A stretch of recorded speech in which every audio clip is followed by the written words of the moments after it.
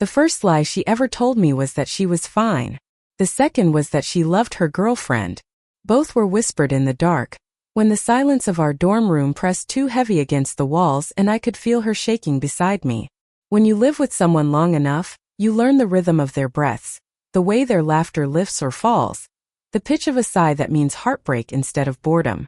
So when my roommate, Rachel, crawled into my bed at 2 in the morning, eyes swollen from tears she hadn't bothered to wipe away, I didn't need an explanation. I already knew. Rachel was the kind of girl everyone adored on sight. Blonde hair that caught sunlight like spun gold, a smile that professors excused tardiness for, and a confidence that seemed unshakable when she walked across campus. But at night, when the lights dimmed and the bravado slipped, she folded into herself like fragile paper, terrified of breaking but already torn at the edges. And me? I was just the girl who held her together. It started in October, when the air turned sharp and the leaves scattered across the quad like forgotten letters. She came home late that night, clutching her phone so tightly I thought it would shatter. I didn't ask questions when she slid under my blanket, pressing her cold feet against my legs like she had every right to. I didn't tell her she smelled like whiskey and rain, or that her voice cracked when she whispered, "Just for tonight." 'Cause it was never just for tonight. Every night after she came.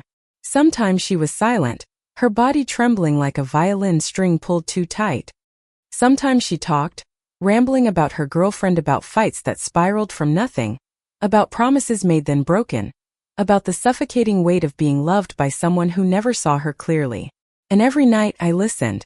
I held her. I told myself it didn't mean anything. But the truth? The truth was that I fell for her in the quiet moments, in the soft shivers of her breath against my neck, in the way her fingers curled around mine like I was the anchor keeping her from drifting away. I fell for the pieces of her she only showed me, the parts too raw, too vulnerable for the world outside. The cruelest part was knowing she would leave my bed at dawn, slip back into hers, and by morning she'd smile like nothing happened. There's a strange intimacy in being someone's secret comfort. You learn to read unspoken words, to catch the tremor in a laugh that sounds wrong, to offer a shoulder without asking why. You learn patience even when it hurts. I told myself I didn't want her that way, that I was content being the safety net, that her girlfriend, Taylor, was the one she truly loved. But then I'd catch her eyes lingering too long on mine, her breath hitching when our hands brushed, and all my lies unraveled. Rachel wasn't mine, but she wasn't fully Taylor's either. The breaking point came one Friday night after a party. The dorm was buzzing with drunken laughter, music bleeding through thin walls. Rachel stumbled in, her mascara smudged, her voice small as she whispered my name like a prayer. I opened my arms without hesitation, and she collapsed into me. "She doesn't love me," she said, her voice cracking. "She only loves the idea of me. The perfect girlfriend. The trophy she can show off. But she doesn't know me. Not really. Not like you do." Her tears soaked through my t-shirt. My heart pounded so loud I was sure she could hear it.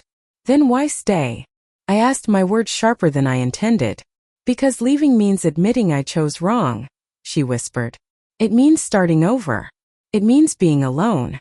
"You're not alone," I said, too quickly, too desperately.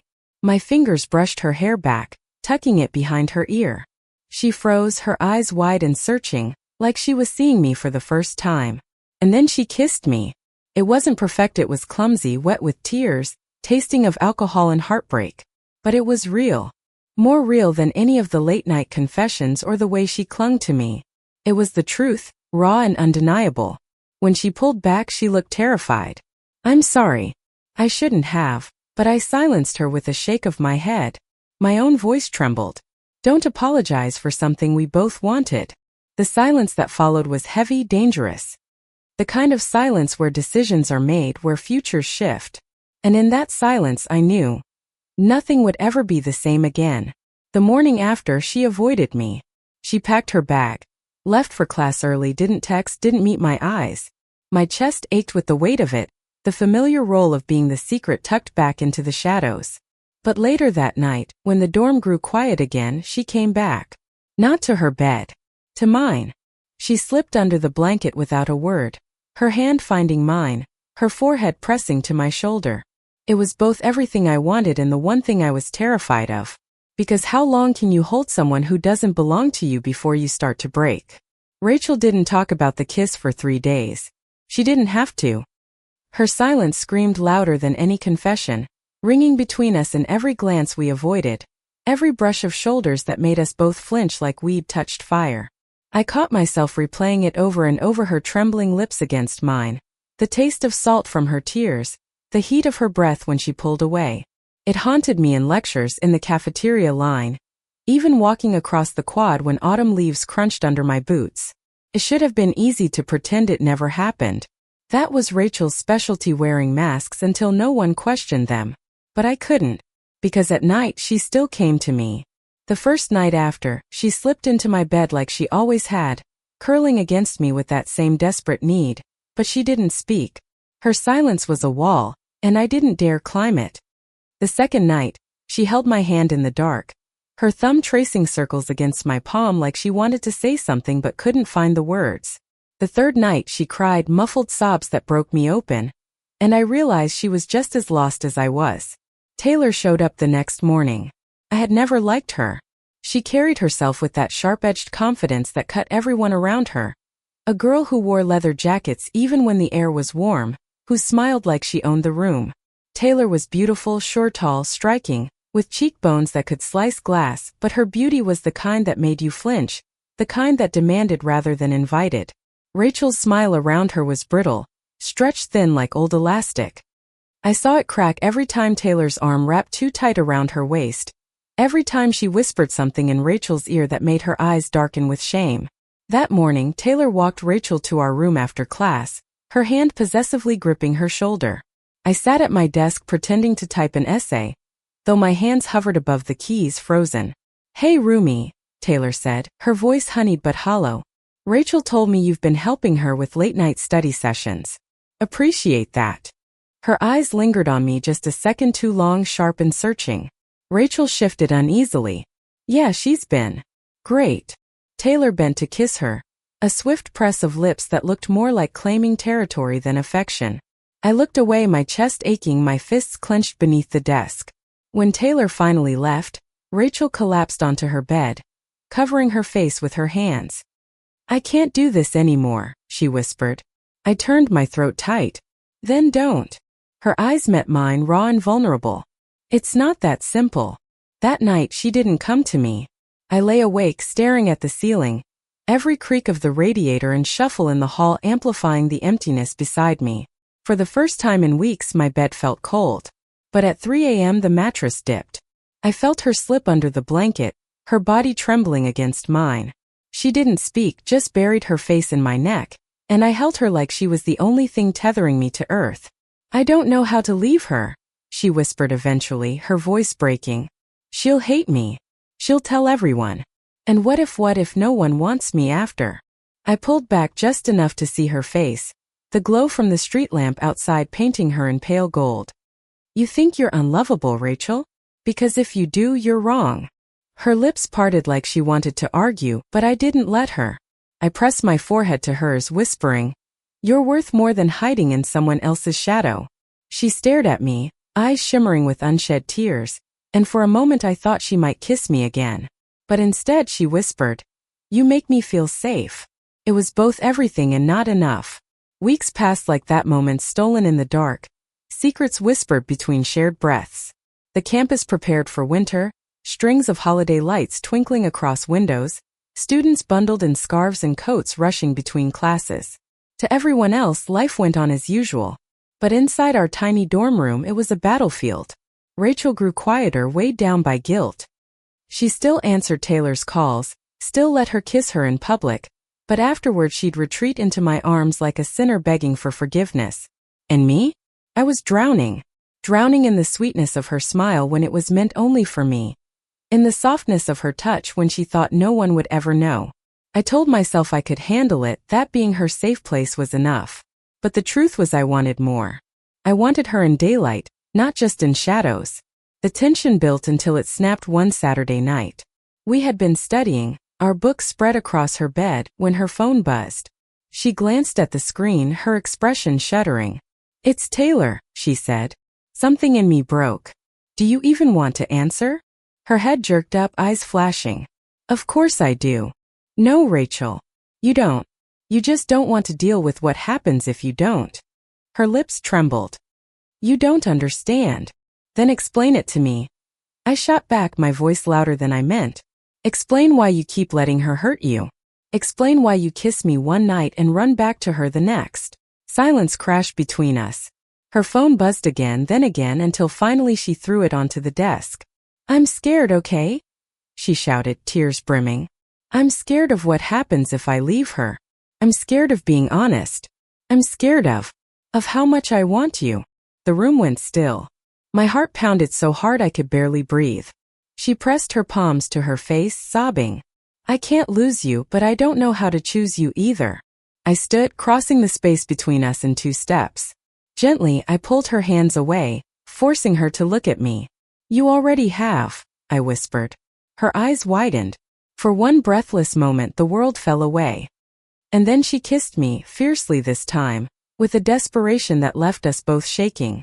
Later we lay tangled in the sheets, the air heavy with unspoken promises and the weight of what we'd just done. Rachel's head rested on my chest, her fingers tracing circles against my skin. Does this make me a terrible person? She asked quietly. I kissed her hair. No. It makes you human. But deep down I knew the fallout was coming. And when it did, nothing would ever be the same. Rachel and I weren't built for half-truths. But that's exactly what we were living in. By December, the first snow had fallen. The campus looked like something out of a postcard, white rooftops, lampposts glowing with halos of light, footprints scattered like secrets across the quad. Everyone else seemed to breathe easier as finals ended and winter break approached. But for us, the air felt heavier, thick with a storm we both knew was coming. Rachel's girlfriend, Taylor, had grown suspicious. I could feel it in the way her eyes lingered on me when she dropped by, sharp and questioning. I could hear it in the clipped tone she used with Rachel, the passive-aggressive comments laced with poison. And worst of all, I could see it in Rachel's guilt, the way she flinched every time her phone buzzed, as if she were waiting to be caught. One Friday night, the inevitable happened. Taylor cornered me in the dining hall. I was balancing a tray of coffee and fries when she slid into the seat across from me, her leather jacket creaking like armor. Her lips curled into something that might have been a smile if not for the iciness in her eyes. You're close with Rachel, she said, her tone deceptively casual. I forced a shrug. We're roommates. Roommates don't look at each other like that. The words hit harder than I expected. My stomach clenched, but I kept my voice steady. I don't know what you mean. Her smirk sharpened. I'm not stupid. She's been different. Distant. I know she runs to you when she should be running to me. I opened my mouth to deny it, but she leaned forward, her eyes narrowing. Whatever this is, it ends now. She's mine. I gripped my coffee cup so tightly it burned my palm. Every instinct screamed at me to fight back, to tell her she had no right to own Rachel. But before I could speak, Rachel appeared. She froze when she saw us, her tray wobbling in her hands. Taylor straightened, her smile snapping back into place as she reached for Rachel's arm. Hey babe. Just having a chat with your roomie. Rachel's eyes darted to mine, wide and pleading. I said nothing. That night Rachel didn't come to me. I lay awake listening to the howling wind outside, staring at the empty space where she should have been. The silence was unbearable. At 2 a.m. I gave up trying to sleep and grabbed my coat, slipping outside into the snow. I found her sitting on the steps of the library, wrapped in a thin sweater, her phone clutched in her hands. Her cheeks were flushed pink from the cold, her hair damp with melting flakes. Rachel, I breathed, rushing to her side. She looked up, her eyes red from crying. I told her, she whispered. My heart stopped. Told her what? That I don't love her the way she wants me to. That I can't keep pretending. Her voice cracked, raw and broken. She yelled. Said things I can't forget. Said if anyone knew the truth about me, I'd be nothing. I sank beside her, wrapping my coat around her trembling shoulders. She's wrong, I said fiercely. You're not nothing. You're everything. Her breath hitched, and in the glow of the lamplight, I saw it shift, the crumbling of the last wall she'd been clinging to. I don't want to be scared anymore, she whispered. And then she kissed me. This kiss was different. Not desperate, not stolen in the shadows, but real, full of all the love and longing we'd buried under guilt. Her lips were cold from the snow, but the fire between us burned hot enough to melt everything else away. When we finally broke apart, she rested her forehead against mine, tears mingling with the snow on her cheeks. "I want to choose you," she whispered. "I just don't know how to survive the fallout." I held her tighter. "Then let me survive it with you." The fallout came sooner than we expected. Taylor showed up at our dorm 2 days later. Her voice thundered through the hallway, her fist slamming against the door. Students peeked out from their rooms, whispers spreading like wildfire. "Rachel, open this damn door." Rachel froze, her face pale. I grabbed her hand, grounding her. "You don't have to." But she did. She opened the door and Taylor stormed in, her eyes blazing. "You think you can humiliate me?" she spat. "Running around behind my back with her?" She pointed at me like I was poison. "What the hell do you see in her that you don't see in me?" Rachel flinched, but then something remarkable happened. She straightened. Her voice, though shaky, held a strength I'd never heard before. "I see myself," she said. "With her, I don't have to pretend. I don't have to perform. She sees me. And that's something you never did." The silence that followed was electric. Taylor's mouth opened and closed, her fury sparking, but Rachel didn't back down. For the first time, she chose me. Taylor left, slamming the door so hard the walls rattled. Rachel collapsed into my arms, shaking but unbroken. "It's over," she whispered. "It's finally over." But endings aren't neat. The campus buzzed with rumors. Whispers trailed us in the cafeteria, in lecture halls, even walking across the snowy quad. People stared, some with curiosity, some with judgment. Rachel's fear of being seen was suddenly real, and I could see the weight pressing down on her. Yet every night, she still came to men it out of fear, but love. She curled against me with soft laughter instead of sobs, her kisses tasting of hope instead of guilt. We were still figuring it out, still stumbling through the mess of it, but for the first time we weren't hiding. And somehow that made even the storm feel survivable. The days after Taylor stormed out were the strangest of my life. The campus felt different, though maybe it was just me. People whispered when we walked past, their eyes darting to Rachel, to me, to the empty space between us that was no longer invisible. Whispers carried weight, and weight pressed down on Rachel more than it did on me. She wasn't used to being seen this way. For so long, she'd been the golden girl, perfect smile, perfect girlfriend, perfect life. Now she was the girl who left her girlfriend for her roommate. At first, she crumbled under the judgment. I'd find her sitting in the library, staring blankly at her notes, unable to focus. Or hiding in the bathroom, her phone clutched in her hand like it was burning her. Taylor had sent messages, angry, cruel, laced with venom, but eventually, even those stopped. And Rachel had to face herself. One night, about a week after the blow-up, she turned to me in bed, her face lit only by the soft glow of fairy lights. Her eyes were heavy, not from tears but from thought. "Do you think I'm a coward?"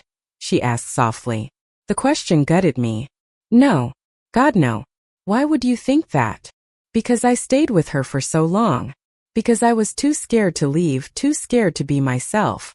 I brushed my thumb over her cheek, catching the faint shimmer of unshed tears.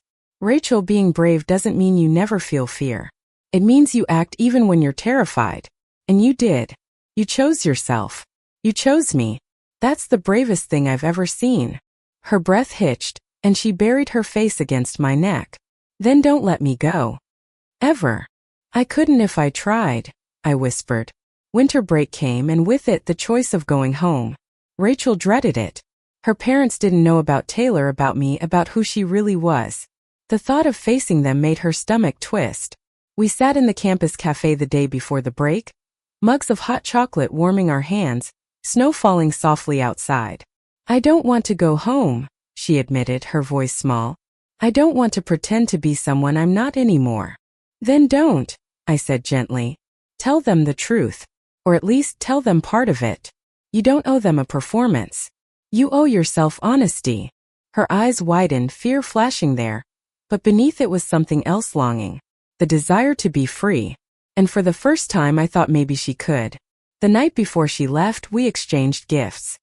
Nothing extravagant. We were broke college students, but meaningful. I gave her a necklace, simple and silver, with a tiny charm shaped like a star. For the nights you can't sleep, I told her, fastening it around her neck. So you'll always have a little light. She smiled, tears glistening in her eyes. Then she handed me a notebook, its cover worn but carefully chosen. Inside, the first page held a note in her looping handwriting. For the words you can't say out loud, write them here, and I'll read them when you're ready. I hugged her so tightly I thought I'd never let go. Over break, we texted constantly. She sent me photos of her childhood bedroom, of the snow-covered backyard, of her dog curled at her feet. But beneath the surface of her cheerful updates, I could feel the weight pressing on her. One night she called me in tears. I told them, she whispered. Not everything, but enough. I told them I wasn't happy with Taylor. That I couldn't keep being who they wanted me to be. I held my breath. What did they say? They didn't understand. They were confused. But they didn't hate me. They just don't know how to process it. Her voice trembled, but there was relief there too. It wasn't as bad as I thought. My chest ached with pride. See? Brave. She laughed softly through her tears. Only because I had you in my corner. When spring semester began, Rachel came back different. Lighter. Not free of fun yet, but carrying it with more strength. We no longer hid. We walked to class together, sat together in the dining hall, studied side by side in the library. People still whispered, but Rachel no longer flinched. She squeezed my hand under the table, smiled at me in full view of the world. And at night, she still curled into my arms, but now it wasn't out of desperation. It was love. Pure and simple. The first time we said, I love you, was unplanned. It was a rainy evening in March. We were sprawled across my bed, half buried in textbooks and notes, both exhausted. Rachel was humming softly, absent-mindedly tracing patterns on my arm with her fingertip. Without thinking, I whispered, I love you. The words slipped out so easily, so naturally, that I almost didn't notice I'd said them. Until Rachel froze. Her eyes met mine, wide and searching. For a heartbeat I panicked, but then she smiled, the kind of smile that lights up a whole room. I love you too, she whispered. And then she kissed me, slow and tender, sealing the words between us. By the end of the year we were still learning, still stumbling, still figuring out how to balance love with the mess of college life. But we were together. And that was enough. On the last night before summer, Rachel pulled me onto the roof of our dorm. A blanket wrapped around our shoulders as we watched the stars. Do you ever regret it? She asked quietly. Regret what? Falling for your roommate. Complicating your whole life. I laughed softly, pressing a kiss to her temple. Not for a second.